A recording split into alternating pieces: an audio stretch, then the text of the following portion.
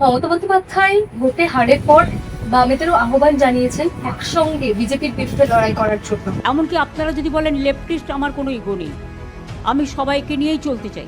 তাকে তিনি যদি বিজেপির বিরুদ্ধে সত্যি লড়াই করতে চান তাহলে তাকে আমাদের নেতৃত্বে আসতে হবে। সমস্ত আইনকে অগ্রাহ্য করে একেবারে গুন্ডাদের মতো গুন্ডামি করেছে। অন্যটা বেআইনি কাজ করছিল বলে আমি সরকার বেআইনি কাজ করি, এই যুক্তির পক্ষে আমি নেই। ভোটে হারের পর নতুন অবতারে প্রাক্তন মুখ্যমন্ত্রী মমতা বন্দ্যোপাধ্যায় কলকাতা হাইকোর্টে আইনজীবীর পোশাকে দেখা যাবে তাকে। ভোট পরবর্তী হিংসার মামলায় সাবালও বললেন তিনি। আমাদের সঙ্গে রয়েছেন বিশিষ্ট আইনজীবী বিকাশ রঞ্জন ভট্টাচার্য, তার সঙ্গে কথা বলবো। আর এই আদালতে মমতা বন্দ্যোপাধ্যায়কে ঘিরে চোর স্লোগান, এটা কি কাম্য? এটা কি সামাজিক বয়কট? কি মনে করছেন? প্রথমত একজন বিচার প্রার্থী, তিনি বিচারের জন্য আদালতে এসেছে, তিনি অনেক অপকর্ম করেছেন, সন্দেহ নেই।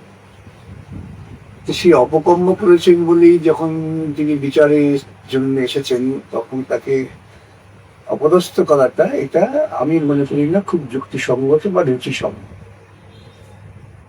তো স্বভাবতই আদালত প্রাঙ্গণে হোক, যেখানেই হোক, দুর্ভাগ্যজনক ভাবে তিনি 15 বছর মুখ্যমন্ত্রী ছিলেন। তো এইরকম একটা চোর দুর্নীতিগ্রস্ত মানুষকে মুখ্যমন্ত্রী তো মানুষই ভোট দিয়ে পেয়েছে। সে সঠিক ভোট বেঠিক ভোট পরের কথা, তিনি 15 বছর ছিলেন। তা আজকে তিনি অসহায় হয়ে বিচার চাইতে আদালতে এসেছেন, তখন তাকে হেনস্থ করাটা আদৌ যুক্তিসঙ্গত গ্রহণযোগ্য কাজ হয়নি। বার কাউন্সিল ঠিক কি দেখতে চাইছে? নিয়ম আছে যে যদি কেউ পেশা থেকে অন্য কোনো পেশায় যান তাহলে তার আদালতে উকিল হিসেবে হাজির হয়ে পেশাগত জীবনযাপন করা যায়। তখন তার বার কাউন্সিল নামের পাশে লেখা থাকে যে তিনি এখন অন্য পেশায় আছেন, এই সময়কালীন তার প্র্যাকটিস করার অধিকার থাকছে। কিন্তু সেটা শেষ হয়ে গেলে পরে তিনি আবার বার কাউন্সিলকে বলতে পারেন যে আমার এই কাজ শেষ হয়ে গেছে, আমি প্র্যাকটিস করা। বার কাউন্সিল ওই বিধিনিষেধটা প্রত্যাহার করতে পারে, সেটা স্বাভাবিক নিয়ম। সেই নিয়মটা সকলের ক্ষেত্রেই প্রযোজ্য। এখন উনি সেই নিয়ম মেনে কাজ করেছেন কি করেননি সেটা উনিই বলতে পারবেন, এবং ওর পোষ্য যারা বার কাউন্সিলে রয়েছেন তারা বলতে পারবেন, আমি বলতে পারবো। তাহলে মমতা বন্দ্যোপাধ্যায় আগামী দিনে আইনজীবী হিসেবে কাজ করতে পারবেন নাকি পারবেন না? সেটা তো নির্ভর করছে আগামী কি পরিস্থিতি হবে, কি সিদ্ধান্ত হবে তার উপরে। তো বলুন না, আমি একজন মানুষ যদি পেশা করতে চান তাকে আজকাল কি দরকার? নীতি নৈতিকতা যারা এসব কথা বলছেন তারা নিজেরাই বা কতটা নীতি নৈতিকতা পালন করেন দিদি, আমার প্রশ্ন আছে। মমতা বন্দ্যোপাধ্যায় ভোটে হারের পর বামেদেরও আহ্বান জানিয়েছেন একসঙ্গে বিজেপির বিরুদ্ধে লড়াই করার জন্য। না, তাকে তিনি যদি বিজেপির বিরুদ্ধে সত্যি লড়াই করতে চান তাহলে তাকে আমাদের নেতৃত্বে আসতে হবে। আমরা বিজেপির বিরুদ্ধে লড়াইয়ের পরিকল্পনা করবো, লড়াই করছি, লড়াই করবো, কিন্তু বিজেপির শরীর, বিজেপি তাকে RSS তাকে জন্ম দিয়েছেন, RSS তাকে লালন পালন করেছেন। RSS এর যখন প্রয়োজন মনে হয়েছে যে তার বড় ছেলেকে বসাবেন আসনে, মেয়েকে সরিয়ে দেবো, সরিয়ে দিয়েছেন। আজকে তিনি যদি সত্যি লড়াই করতে চান, তার সততা নিয়ে তো আমার সাংঘাতিক প্রশ্ন আছে। সে বাদ দিন, যদি সত্যি লড়াই করতে চান আমার পেছনে আসুন। বলছেন অসুবিধা নেই, লড়াই করতে চাইলে আপনাদের সঙ্গে এলে অসুবিধা, আমার পেছনে আপনারা সঙ্গে যাবেন, আমরা নেতৃত্ব দেবো, সেই নেতৃত্বে উনি নেতা সাজবেন, RSS এর দালালি করবেন, সেটা। এই যে নতুন সরকার শপথ গ্রহণের পর একের পর যে সমস্ত সিদ্ধান্ত নিচ্ছে, তিলজলার ঘটনা কি বলবেন? উত্তরপ্রদেশে আমরা বুলডোজার দেখছি। দেখুন, তিলজলার ঘটনা নিয়ে আদালতে আজকেই মামলা করেছি। ঘটনা যা ঘটেছে অত্যন্ত নিন্দনীয়। যারা ওখানে ব্যবসা করতে গিয়ে আইন অমান্য করেছেন তারা নিন্দনীয়। অধিক নিন্দনীয় হচ্ছে একটি সরকার সমস্ত আইনকে অগ্রাহ্য করে একেবারে গুন্ডাদের মতো গুন্ডামি করেছে, এটা আরো নিন্দনীয়। যখন সরকারে আছো তখন তুমি আইন দ্বারা তোমার সমস্ত কর্মকাণ্ডকে পরিচালিত করবে, যে খুশি দ্বারা না। বুলডোজার নিয়ে ভেঙে দিলাম, গরিব মানুষ প্রান্তিক মানুষ সরিয়ে দিলাম, এটা চলবে না। আজকে আদালতে প্রাথমিকভাবে প্রমাণ হয়েছে যে ওরা যে কাজটা করেছে সম্পূর্ণ বেআইনি, কিন্তু ওরা কাজের সমর্থনে বলার চেষ্টা করছেন যে যারা ওখানে ব্যবসা করছিল তারা বেআইনি।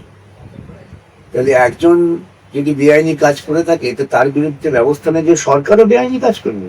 এই অদ্ভুত ধরনের যুক্তি শুনতে পাচ্ছি আমরা।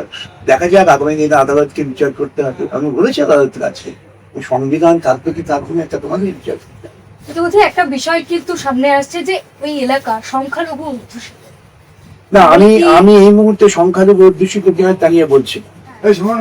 এই মুহূর্তে যেটা ঘটেছে যে 3 জন মানুষ মারা গিয়েছেন, যারা ওখানে কারখানা চালাচ্ছিলেন, তারা নিয়ম মেনে করেননি, এগুলো আছে, সেইটা সুযোগ তারা পেয়েছে। আমি যদি একটা সুযোগ তুলে দিই,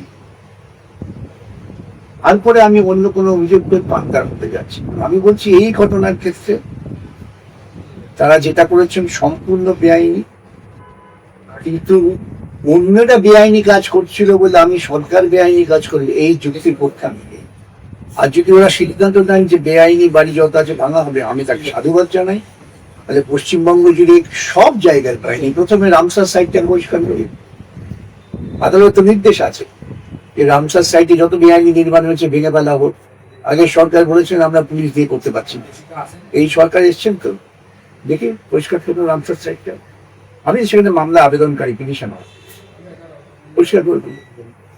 ভাবুন গোটা পশ্চিমবঙ্গের বিভিন্ন জায়গায় যে বেআইনি কনস্ট্রাকশন আছে, গোটা উত্তর কলকাতা জুড়ে বিভিন্ন জায়গায় প্রচুর বেআইনি কনস্ট্রাকশন আছে। কলকাতাটা পুরনো শহর, অনেক কিছু বাচ্চা না।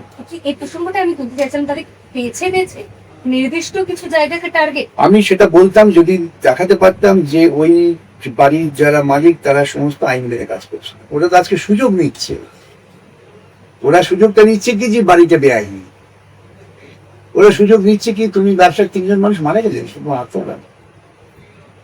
আমি তাদের সওয়াল করছি, কিন্তু তাদের এই কাজটাকে তো আমি সমর্থন দিতে পারি।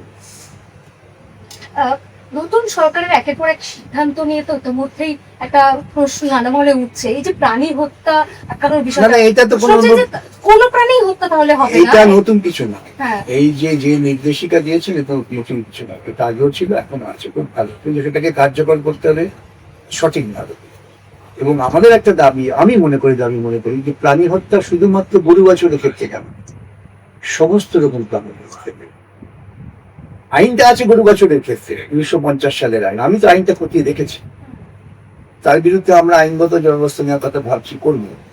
কিন্তু আমার কথা হচ্ছে যে নির্দেশিকা জারি করেছো সেই নির্দেশিকা কার্যকর করার জন্য যেসব জায়গায় গরুর হাট আছে, এসব জায়গায় গরু স্লটার করা হয়, সেই জায়গায় প্রশাসনিক ভাবে ওই সমস্ত ব্যবস্থা চালু করুন। যে ভেটেরিনারি সার্জন থাকবেন, এইসব বলেছে না, তারা থাকবেন, সেই গ্যারান্টিটা সৃষ্টি করবেন। নিজের দায়িত্বটা সঠিকভাবে পালন করে অপরকে দায়িত্ব পালন করতে দৃষ্টান্ত স্থাপন করুন। আপনি আচরি ধর্ম করে বেশি। আপনি বললেন আইনত আপনারা ব্যবস্থা নেবেন, কি ভাবছেন এই ব্যাপারে? আইনত ব্যবস্থা মানে যে তুমি অ্যানিমাল বলতে পুরোনো আইন 50 সালের আইনে শুধু গরু বাছুর ইত্যাদি করা হয়েছে। আমি বলবো আইন অ্যানিমাল বলতে সবাইকে করা হবে, আইনটা পরিবর্তন করে হোক, প্রাণী হত্যা বন্ধ হোক, কোনো আপত্তি, সবাই তাই চাইবে। তারপর সমাজে যে ব্যাপারটা দাঁড়াবে, এই বুড়ো হাবড়া গরুগুলো তারা বোঝা হয়ে দাঁড়াবে। গ্রামের গরিব মানুষ, গ্রামের কৃষক, তারাই দেখবেন এই মরা গরু নিয়ে বলে তারা করবে, এটা আমি বলে